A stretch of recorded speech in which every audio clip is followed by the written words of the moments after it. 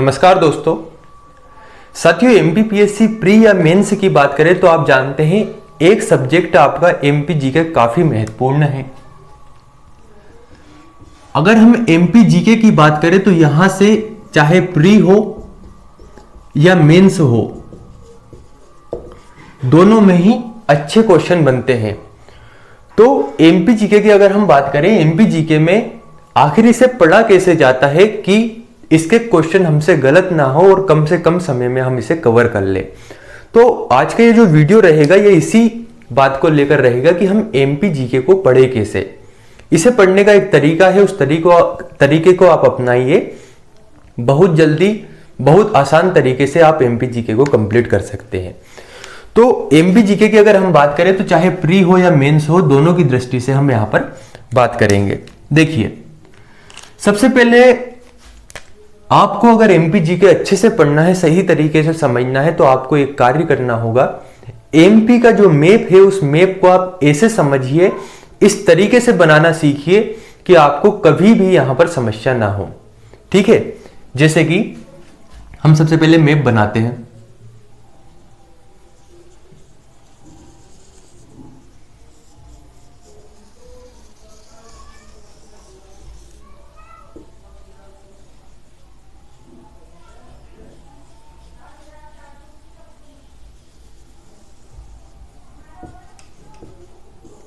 तो कुछ इस प्रकार से आपको मध्य प्रदेश का मानचित्र देखने को मिलेगा। ठीक है, अब मैप बनाने का फायदा क्या है? देखिए, आपने एमपी का मैप बनाया। मैप बनाने के बाद सबसे पहले आपको पढ़ना है मध्य प्रदेश का सामान्य परिचय। आपने सामान्य परिचय को पढ़ना शुरू किया। अब मान लीजिए सामान्य परिचय में आपने पढ़ा कि मध्य प्रदेश की व्यावसायिक राजधानी इंदौर है, लेकिन कुछ चीजें ऐसी होती है आप कितना ही पढ़े बार बार भूलते हैं। लेकिन अगर आपने मैप बनाकर इन चीजों को दर्शा दिया, जैसे कि आप गए मैप में, मैप बनाकर आपने इंदौर जो जिला है, इस इंदौर जिले को यहां पर मार्क किया और यहां पर लिख दिया व्यावसायिक राजधानी। अब आप खुद बताइए कि क्या आप इस फैक्ट को कभी भूलेंगे? नहीं। क्यों? क्योंकि आपने मैप के द्वारा इसे दर्शा दिया है और यह आपकी मेमोरी में स्थायी रूप से याद हो गया है। ठीक ऐसे ही आपने पढ़ा कि मध्य प्रदेश की संस्कार राजधानी कौन सी है, तो आपने पढ़ा जबलपुर। आपने पढ़ा मध्य प्रदेश से कर्क रेखा कितने जिलों से गुजरती है, तो आपने मैप बनाया। मैप बनाकर कुछ इस प्रकार से कर्क रेखा को गुजार दिया और जो जिले हैं उन जिले को यहां पर दर्शा दिया। तो इस तरीके से आपने पढ़ना शुरू किया और यहां पर दर्शाया, तो चीजें आपको हमेशा के लिए याद होने लगेगी। ठीक है, इस तरीके से आपको याद करना है। फिर आपने पढ़ा मध्य प्रदेश के पुनर्गठन को और इसी सीक्वल से आपको पढ़ना भी है, पहले सामान्य परिचय फिर पुनर्गठन। पुनर्गठन में पहले आप जान लेते हैं कि एमपी बना कैसे, मध्य प्रदेश बना कैसे। तो आप पढ़ने लगे कि यहां पर मध्य भारत,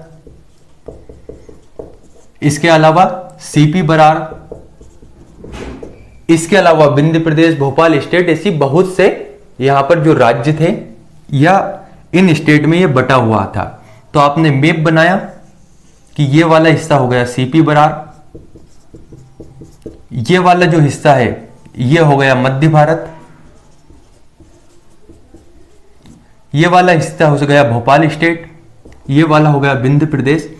अब होगा क्या कि आप जब भी इनसे संबंधित कुछ चीजें पढ़ेंगे, जैसे सीपी बरार की राजधानी कौन सी है, तो अब आप यहां पर कंफ्यूज नहीं होंगे। कंफ्यूजन की स्थिति तब होती है जब हमें चीजें स्पष्ट नहीं पता होती है। आपको यहां पर दिख गया अरे सीपी बरार तो ये है, आपको यहां पर दिख गया मध्य भारत ये है, इसकी राजधानी की, चलो ठीक है, एक बार हो गया ग्वालियर 6 माह के लिए, 6 माह के लिए हो गया इंदौर। विंध्य प्रदेश आए, इसकी राजधानी की, इसकी राजधानी रीवा है।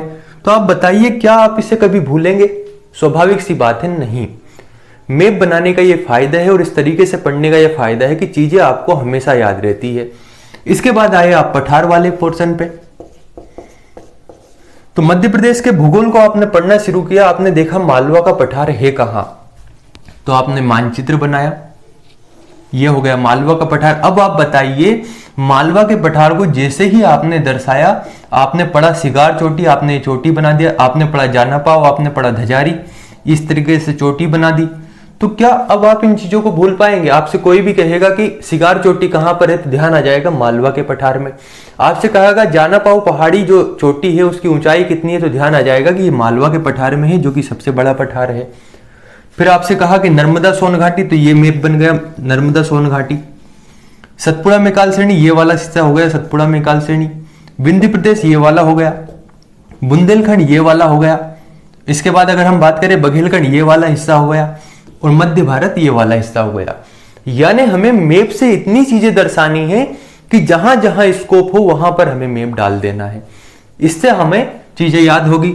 वहीं अगर हम बात करें पठार के बाद नदियों के बारे में, जब हम नदियों की बात करते हैं तो आपने सबसे पहले पढ़ा नर्मदा नदी के बारे में।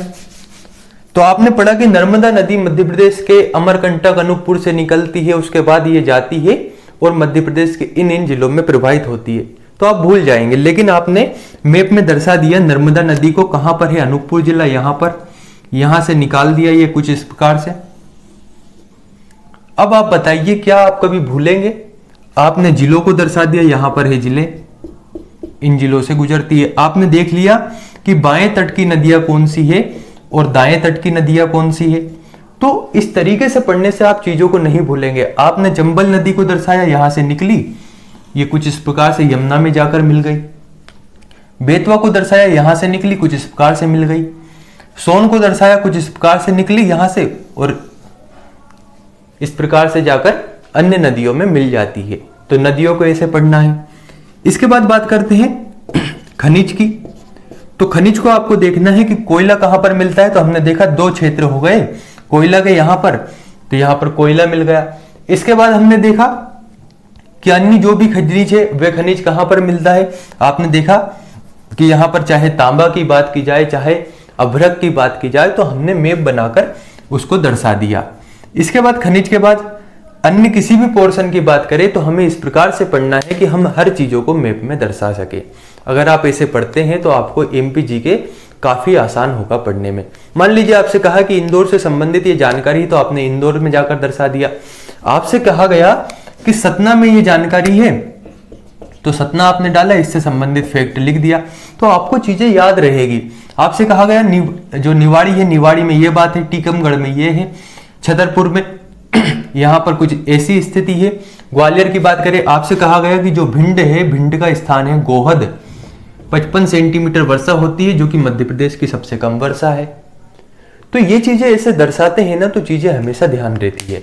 तो अगर ऐसे पढ़ना चाहते हैं, तो अगर आप ऐसे पढ़ते हैं तो आपके जो क्वेश्चन है वे भी गलत नहीं होंगे, कंफ्यूजन में भी नहीं रहेंगे, और इसके साथ ही आपका सिलेबस भी काफी जल्दी कंप्लीट हो जाएगा। तो साथियों, अगर ऐसे ही वीडियो आप और जानना चाहते हैं तो कमेंट कर बताइए, उसके ऊपर हम वीडियो बनाएंगे। धन्यवाद।